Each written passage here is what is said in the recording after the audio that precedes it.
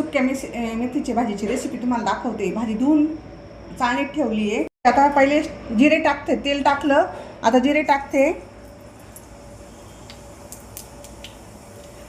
आता लसूण टाकते,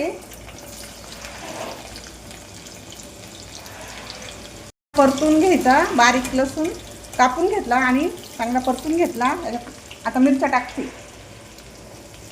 कापलेल्या मिरच्या, जे तुझं माझं बोलणं, मिरच्या पण चांगल्या परतून घ्यायच्या। मिरच्या चांगल्या परतल्या आहे, आता भाजी टाकते, मेथीची भाजी टाकते मी नंतर।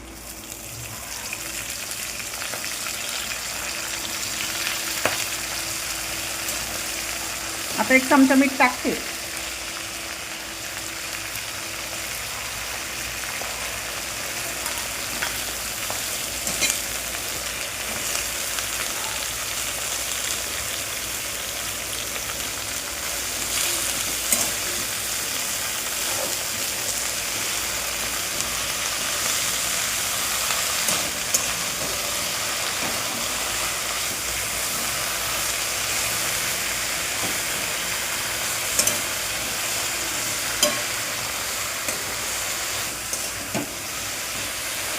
दहा मिनिटं परतून घेतली भाजी, अशी छान झाली बघा, हिरवीगार छान सुंदर, चव पण चांगली लागते अशा भाजी।